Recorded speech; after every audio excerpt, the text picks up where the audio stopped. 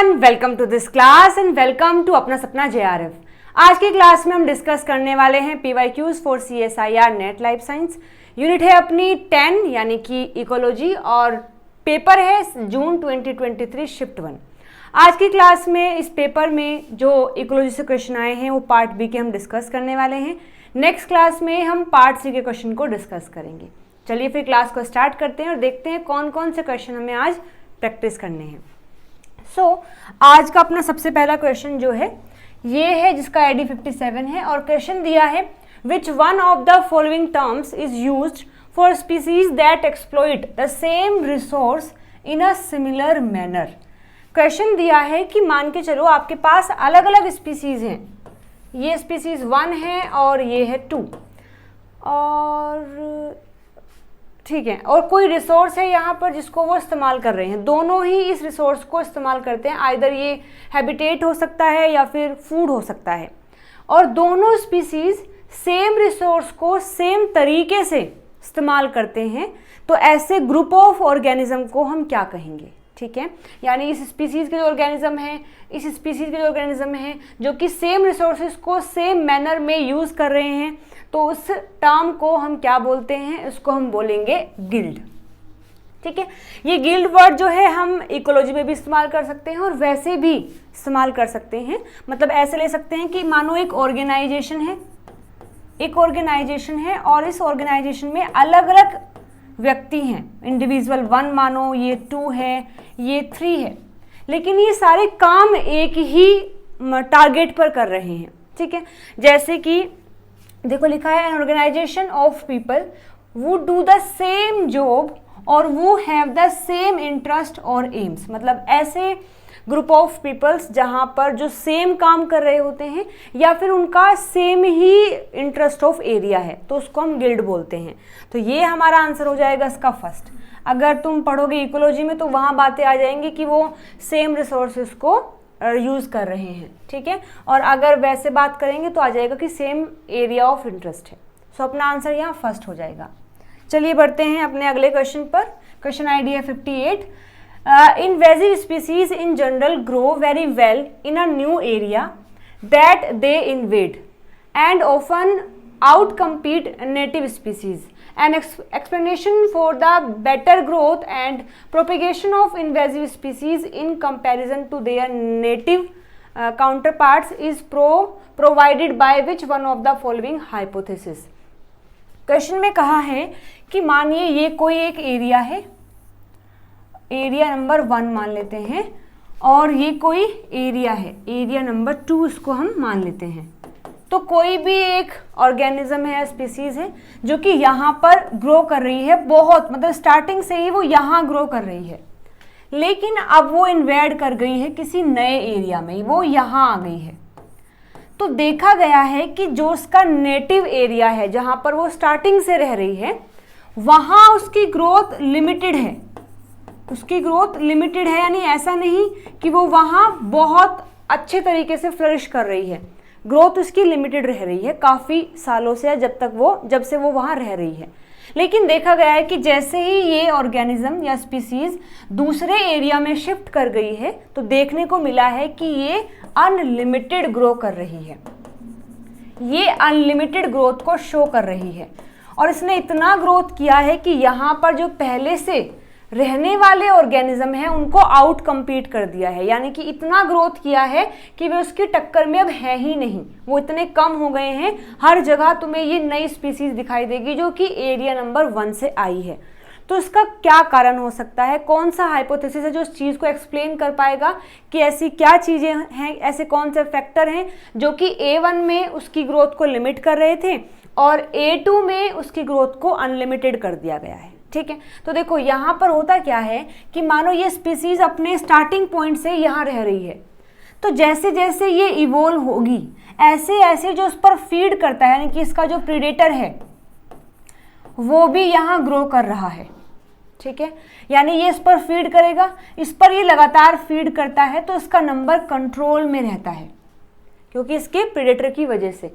लेकिन जैसे ये नए एरिया में मूव कर गया है, वहाँ ये तो मूव कर गया है लेकिन इसका जो प्रीडेटर है वो तो मूव नहीं किया है। तो जैसे ही वो यहाँ जाएगी जाएगा या जाएगी जो भी है, तो ये अनलिमिटेड ग्रोथ करेगा, क्योंकि इसके ऊपर जो फीड करने वाला है, इसको जो किल करने वाला था प्रीडेटर, वो यहाँ नहीं है। प्रीडेटर अगर यहाँ नहीं है तो ये आराम से खूब अनलिमिटेड वे में ग्रो करेगा। हालांकि वो यहाँ पर भी ग्रो कर सकता था, लेकिन ड्यू टू दिस प्रीडेटर वो लिमिटेड ग्रोथ ही कर पाता है, लेकिन यहाँ पर प्रीडेटर नहीं है तो वो आसानी से खूब ग्रो करता है। ठीक है, इस हाइपोथेसिस को हम बोलते हैं एनिमी रिलीज हाइपोथेसिस, यानी कि जैसे ही ये स्पीसीज यहाँ मूव कर गई है, इसका जो एनिमी है वो रिलीज हो गया है। जैसे वो यहाँ आई तो यहाँ इसका एनिमी है नहीं, तो वो आराम से ग्रो कर पाएगी। तो इन चारों में से ये जो हाइपोथेसिस है एनिमी रिलीज हाइपोथेसिस, ये इस बात को एक्सप्लेन कर पा रहा है कि कोई भी इन्वेजिव स्पीसीज जब किसी नए एरिया में इन्वेड करती है तो वो अनलिमिटेड ग्रोथ को क्यों शो करती है। ठीक है जी, सो आंसर अपना हो जाएगा यहाँ पर थर्ड। आगे देखिए, नेक्स्ट क्वेश्चन है क्वेश्चन ID 59।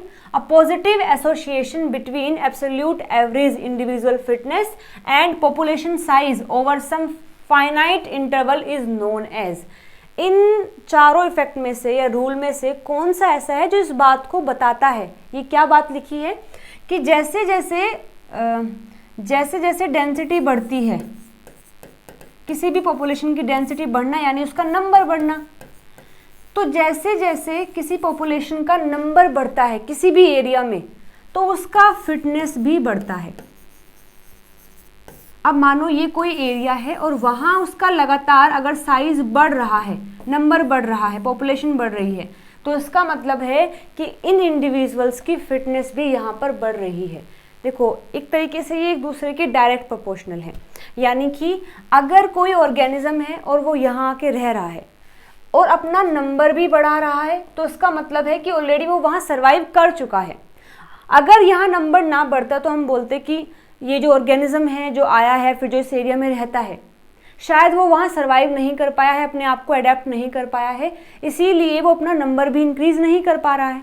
लेकिन अगर कोई इंडिविजुअल किसी एरिया में रह करके अपना नंबर बढ़ा रहा है तो इसका मतलब है कि उस इंडिविजुअल ने उस एरिया में सर्वाइवल कर लिया है, अडेप्टेशन कर ली है और वो उस एरिया के लिए बिल्कुल फिट हो गया है। तो जैसे जैसे उसका पहले वो फिट हुआ, फिर अपना नंबर बढ़ाया, नंबर जैसे बढ़ा तो वो और ज़्यादा फिट होगा, यानी कि फिटनेस और नंबर डायरेक्टली प्रोपोर्शनल है टू ईच अदर। ये बात कही है एली इफेक्ट ने। एली इफेक्ट क्या कहता है कि पॉजिटिव एसोसिएशन होता है between the average individual fitness and population size over some finite interval is known as the Allee effect. ठीक है, बाकी और भी रूल दिए, जैसे फाउंडर इफेक्ट दिया है, रेंसच रूल दिया है और बर्गमैन्स रूल दिया है, उनके बारे में मैं उम्मीद करती हूँ आपको पता होगा।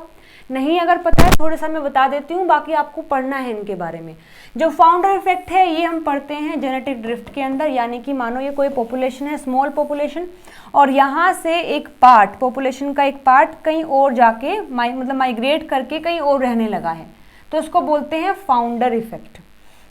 जो रेंसच रूल है ये कहता है, ये बताता है अबाउट द मॉर्फोलॉजी डाइमॉर्फिज्म, यानी कि मानिए कोई भी स्पीसीज है, इसमें ये मेल पार्ट है और ये फीमेल है, उनकी मॉर्फोलॉजी कितनी डिफरेंट है, इसको बोलते हैं सेक्सुअल डाइमॉर्फिज्म।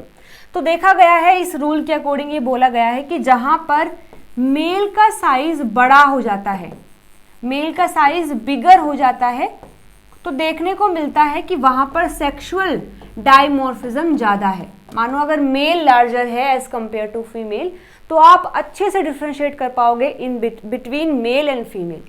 लेकिन अगर फीमेल का साइज लार्जर है, अगर आप देख रहे हैं कोई स्पीसीज है जिसमें फीमेल का साइज बिगर है, तो वहाँ पर लेस सेक्सुअल डाइमॉर्फिज्म देखने को मिलेगा, यानी कि मेल और फीमेल लगभग एक जैसे होंगे, मेल फीमेल लगभग एक जैसे दिखाई देंगे, तो बहुत कम डाइमॉर्फिज्म होगा। लेकिन अगर मेल का साइज बिगर है, मेल बड़ा है साइज में, तो वहाँ सेक्सुअल डाइमॉर्फिज्म ज़्यादा हो जाता है। ठीक है, ये बताया था रेंसच रूल ने। इसके बाद नेक्स्ट आता है बर्गमैन रूल। ये कहता है कि जैसे जैसे हम इक्वेटर से पोल की साइड मूव करते हैं, यानी कि जो कोल्डर एरिया है वहाँ मूव करते हैं, तो ऑर्गेनिज्म का साइज बढ़ने लगता है।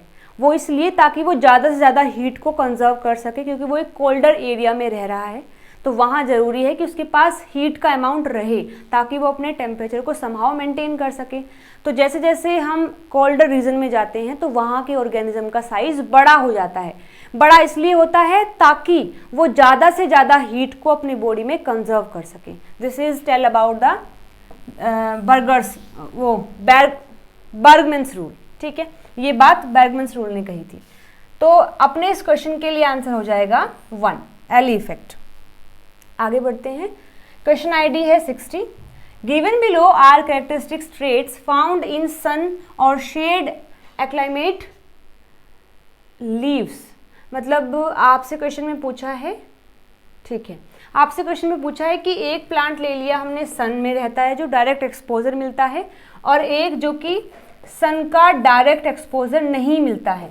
तो आपको बताना है कि इन पांचों में से कौन कौन सा कैरेक्टर है जो कि शो किया जाएगा बाय शेड एक्लाइमेट लीव्स। मतलब ऐसे प्लांट्स या ऐसी पत्तियां जो कि शेडेड रीजन में रहती हैं, जहां पर सनलाइट का डायरेक्ट एक्सपोजर नहीं होता है, ये आपको बताना है कौन कौन सा कैरेक्टर होगा। अब देखिए, हाई ड्राई मास पर यूनिट एरिया, मतलब अगर मानो ये कोई प्लांट है और इस प्लांट में मैं कोई एरिया फिक्स कर लेती हूँ कि इतने एरिया में मैं देखने वाली हूँ उसका ड्राई मास। ड्राई मास का मतलब क्या होता है? ड्राई मास का मतलब होता है कि वहाँ से मैंने, क्योंकि प्लांट में पानी भी होता है और बाकी जो उसका बायोमास है वो भी होता है, लेकिन हम क्या कर रहे हैं, पानी को रिमूव कर दे रहे हैं। मानो मैंने ये एरिया लिया है तो यहाँ से जितना भी पानी है उसको मैं माइनस करके जितना भी वेट यहाँ आएगा उसको ड्राई मास बोलते हैं। तो जो सन वाले रीजन में रहते हैं वो ज़्यादा फोटोसिंथेसिस करते हैं, जिस वजह से उनका बायोमास भी ज़्यादा हो जाता है as compared to shaded plant. तो अगर हम बात करें पर यूनिट एरिया में जो हाई ड्राई मास है वो किसका होगा? सन, जो सन में रहते हैं प्लांट उनका, यानी कि ये सन वाले का है। ठीक है, मतलब ए अपना आंसर नहीं होगा। ए आंसर नहीं है तो हम फर्स्ट को कट कर सकते हैं और थर्ड को कट कर सकते हैं। एक बार ई को जरा पढ़िएगा। ई में लिखा है हायर लाइट हार्वेस्टिंग कॉम्प्लेक्सेस पर एरिया, यानी कि उनके पास पर एरिया की बात करें तो higher light harvesting complexes present होंगी। अब एक बात बताओ, सन को तो लगातार लाइट मिल रही है, उसे पता है कि अगर मैं कोई स्पेशल कैरेक्टर डेवलप ना भी करूं तो भी मुझे लाइट हमेशा मिलती रहेंगी। लेकिन जो प्लांट शेड एरिया में रह रहे हैं उन्हें पता है कि उन्हें ज़्यादा सनलाइट का एक्सपोजर नहीं मिलेगा, तो उनके पास ज़्यादा लाइट हार्वेस्टिंग कॉम्प्लेक्सेस होते हैं। यानी थोड़ी सी भी अगर लाइट आ रही है तो वो उस लाइट को भी इस्तेमाल कर सके कुछ फैक्टर्स बना करके, जिस फैक्टर का नाम होता है लाइट हार्वेस्टिंग कॉम्प्लेक्सेस। तो लाइट हार्वेस्टिंग कॉम्प्लेक्सेस ज़्यादा देखने को मिलेंगे ऐसे प्लांट में जो कि सनलाइट के डायरेक्ट एक्सपोजर में नहीं होते हैं। यानी ये कहाँ मिलेगा? हमें शेडेड वाले रीजन में मिलेगा। ठीक है, तो अपने आंसर में ई होना चाहिए, फोर्थ में ई नहीं है तो ये कट हो जाएगा। अपना आंसर आ गया है सेकंड। अब देखो आगे। अच्छा, एक बात और है, जो सन में रहते हैं उनके पास क्लोरोफिल ए ज़्यादा होता है और जो यहाँ होते हैं उनके पास क्लोरोफिल बी ज़्यादा होता है। यानी अगर मैं बात करूँ शेडेड प्लांट के लिए, वहाँ पर ratio of chlorophyll B upon chlorophyll A will be higher. लेकिन अगर मैं उल्टा लिखती हूँ, उनको अपोजिट करके लिखती हूँ, यानी कि मैं क्लोरोफिल ए ऊपर लिख रही हूँ, क्लोरोफिल बी नीचे लिख रही हूँ, तो ये रेशो लोअर होनी चाहिए। ठीक है, और सी में ऐसे लिखा कि lower chlorophyll A and B ratio, ये भी किस में मिलेगी? जो शेडेड रीजन में रहते हैं। ठीक है, लोअर डार्क रेस्पिरेशन पर एरिया, अगेन मतलब वहाँ पर जो रेस्पिरेशन है वो काफ़ी कम होता है। ऑफ कोर्स जो शेडेड रीजन में रह रहे हैं प्लांट, उनके पास इतना रिसोर्सेस नहीं है कि वो खूब सारा रेस्पिरेशन कर सके, तो बहुत ही लिमिटेड अमाउंट में वो रेस्पिरेशन करते हैं, बस इतना जितना कि उनको सर्वाइवल रखा जा सके। तो अगेन यहाँ पर जो डार्क रेस्पिरेशन होता है वो काफ़ी लोअर रहेगा। डी भी हमारा शेडेड रीजन में ही आ जाएगा। ठीक है, बी में लिखा है हायर नंबर ऑफ क्लोरोप्लास्ट पर एरिया। ये जो बात है कि वहाँ पर क्लोरोप्लास्ट हाइयर होंगे या लोअर होंगे, वो अगेन सन के अंदर भी ज़्यादा होंगे और शेडेड के अंदर भी ज़्यादा होंगे, क्योंकि सन वाला जो प्लांट है वो लगातार फोटोसिंथेसिस करेगा, तो उसके पास क्लोरोप्लास्ट हाई होंगे। और जो शेडेड वाला रीजन है वहाँ समहाउ एज कंपेयर टू सन की अगर बात करें तो वो लोअर हो सकते हैं, क्योंकि इसको पता है कि मुझे इतना फोटोसिंथेसिस तो करने को नहीं मिलेगा क्योंकि मेरे पास सन का डायरेक्ट एक्सपोजर नहीं है, तो वो क्लोरोप्लास्ट को थोड़ा कम ही रखेगा।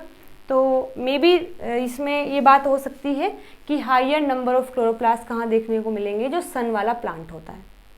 ठीक है, तो बी अपना आंसर नहीं होगा, आंसर यहाँ आ जाएगा सेकंड, यानी कि C D E are the character of shade acclimated leaves. So answer will be second. Next question 61, which one of the following statements is correct for a primary successional species?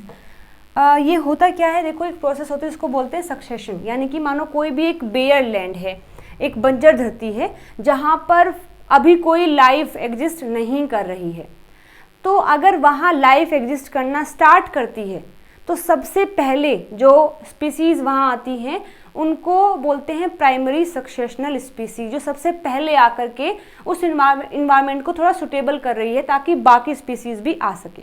ठीक है, तो देखो यहाँ पर in primary succession pioneer species like lichens, algae and fungi as well as, एक मिनट रुकिएगा guys,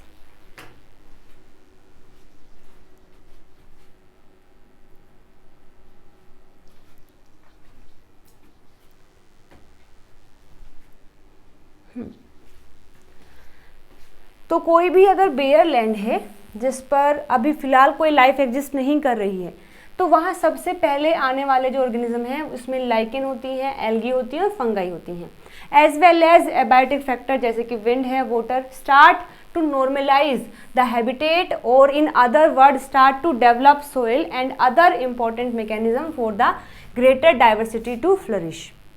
मतलब ये सबसे पहले आते हैं और एरिया को थोड़ा नॉर्मल करने की कोशिश करते हैं ताकि बाकी स्पीसीज भी आकर के वहाँ रह सके और वो जो एरिया है फिर से फ्लरिश कर सके।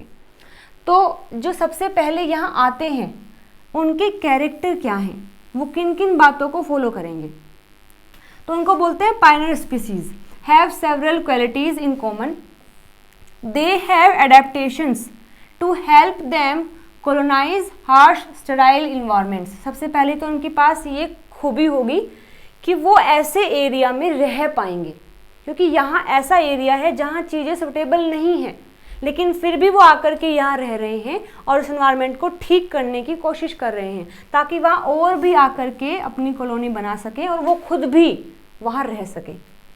आगे है दे टेंड टू जर्मिनेट, वो जर्मिनेट भी करेंगे, ग्रो भी करेंगे, मैच्योर भी करेंगे, रिप्रोड्यूस भी करेंगे बहुत जल्दी, क्योंकि वो ऐसा एरिया है कि वहाँ पर कुछ भी हो सकता है, काफ़ी वेरिएशन देखने को मिल सकता है।